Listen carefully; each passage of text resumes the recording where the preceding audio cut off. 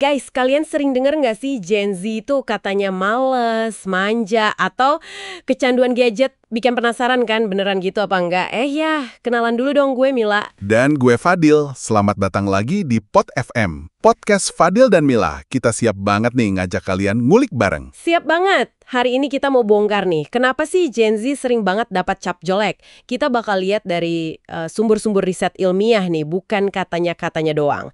Oke, pertama nih. Mereka kan dibilang digital natives, terus ada istilah keren phygital. Ini nih yang sering bikin salah paham, dikira main HP terus, antisosial gitu ya. Padahal katanya ini soal gabungin dunia nyata sama digital. Tepat banget.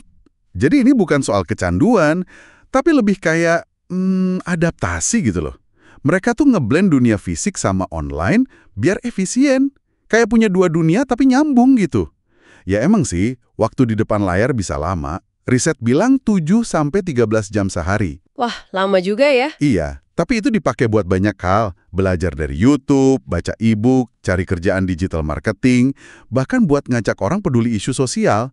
Nah, pandangan negatif itu sering muncul karena generasi yang lebih tua mungkin ngelihatnya beda. Kayak kita dulu main game di dingdong, sekarang mainnya di HP.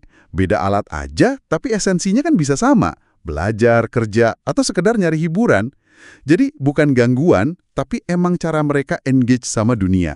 Katanya jadi prioritas banget buat mereka, sampai ada istilah lazy girl jobs itu. Gimana tuh? Itu kan kesannya males banget. Nah, ini juga sering salah kaprah. Ini tuh sebenarnya respons yang pragmatis, bukan males. Mereka lihat generasi sebelumnya, mungkin orang tuanya, atau mereka sendiri ngalamin burnout. Kan, capek fisik mental gara-gara kerja. Ditambah ekonomi yang naik turun kayak roller coaster.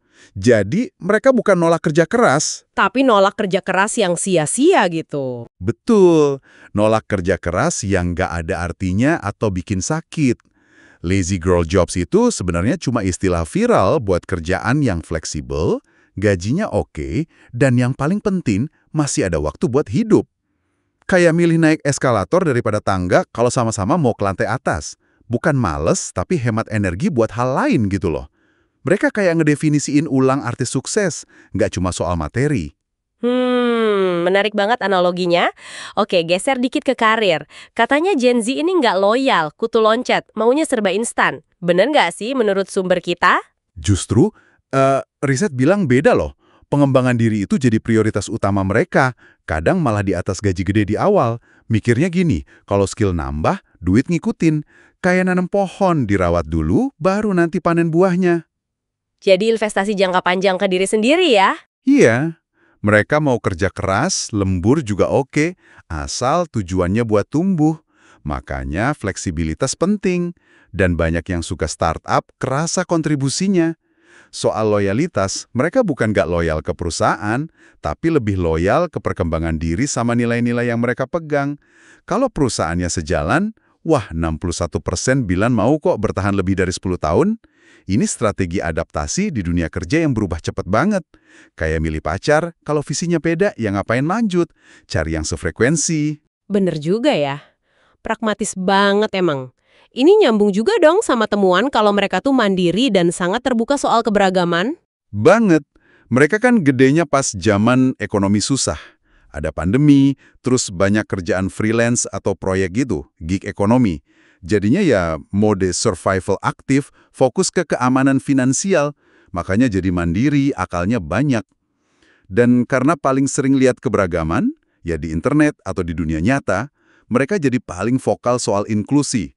Kayak udah biasa lihat warna-warni, jadi pengen semua orang nyaman dengan warnanya masing-masing. Realistis, tapi tetap punya idealisme. Oke. Jadi jelas ya karakteristik mereka itu sebenarnya adaptasi yang masuk akal banget sama dunianya. Terus kenapa dong pandangan negatifnya itu kok kayaknya kuat banget gitu? Apa gara-gara beda nilai sama generasi sebelumnya? Itu salah satu faktor gede. Definisi kerja keras aja beda. Dulu mungkin diukur dari jam kerja, sekarang lebih ke hasil. Definisi sukses juga geser, dari punya barang mewah, ke punya pengalaman atau kesehatan mental yang bagus. Loyalitas juga gitu, dulu ke perusahaan, sekarang ke diri sendiri atau ke nilai. Nah, generasi yang lebih tua kadang masih pakai kacamata lama buat nilai Gen Z yang udah pakai sistem operasi baru. Kayak nyoba buka file MP4 pakai Winamp versi lama ya nggak kebaca gitu. Haha, bener juga analoginya. Terus gaya komunikasi juga jadi masalah ya. Gen Z kan sukanya chat, digital, sementara generasi lain mungkin lebih suka ngobrol langsung. Padahal anaknya lagi nonton tutorial atau diskusi tugas, jadi gampang salah paham. Dan kondisi ekonomi pas mereka tumbuh itu pasti ngaruh banget ya. Ngaruh banget. Tumbuh di zaman serba nggak pasti bikin mereka pragmatis. Nah, generasi yang gedenya di zaman lebih stabil mungkin lihat pragmatisme ini sebagai kurang ambisius atau nggak tanggung jawab. Padahal ini cara mereka bertahan dan maju di medan perang yang beda. Terakhir nih, peran media gimana? Kok kayaknya sering banget nge-frame yang negatif? Nah, ini dia. Media, sengaja atau enggak, sering banget ngeblow up sisi negatif. Dibilang, susah diatur lah, kebanyakan curhat lah, pemalas. Istilah kayak lazy girl jobs, itu langsung disamber dan digoreng jadi bukti malas. Efeknya nyata loh. Riset bilang 63,6% Gen Z ngerasa digambarin gak adil, terus 87,5% ngerasa nggak dianggap serius gara-gara umur. Padahal sisi positifnya banyak, adaptif, inklusif, pinter digital. Tapi itu sering nggak diangkat.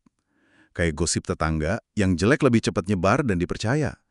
Jadi, intinya sih pandangan negatif ke Gen Z itu seringnya muncul dari gap pemahaman. Beda nilai, beda pengalaman hidup, beda cara komunikasi, beda kondisi ekonomi. Terus diperparah sama cara media ngebahasnya. Karakter mereka itu bukan aneh, tapi emang cara rasional buat ngadepin dunia zaman sekarang. Penting banget nih buat kita semua pahami ini. Mau kalian interaksi sama Gen Z di kantor, di rumah, atau mungkin kalian sendiri Gen Z. Coba deh lihat lebih dalam. Jangan cuma dari labelnya aja. Nah, bener banget. Setelah dengerin semua ini, coba deh kalian pikirin. Dengan semua cara adaptasi dan nilai-nilai baru ini, kira-kira gimana ya Gen Z bakal ngerombak total cara kita kerja, komunikasi, bahkan definisi sukses di masa depan? Jauh banget dari stereotip yang ada sekarang kan? Sesuatu buat direnungin nih. Sampai ketemu lagi di pembahasan seru berikutnya.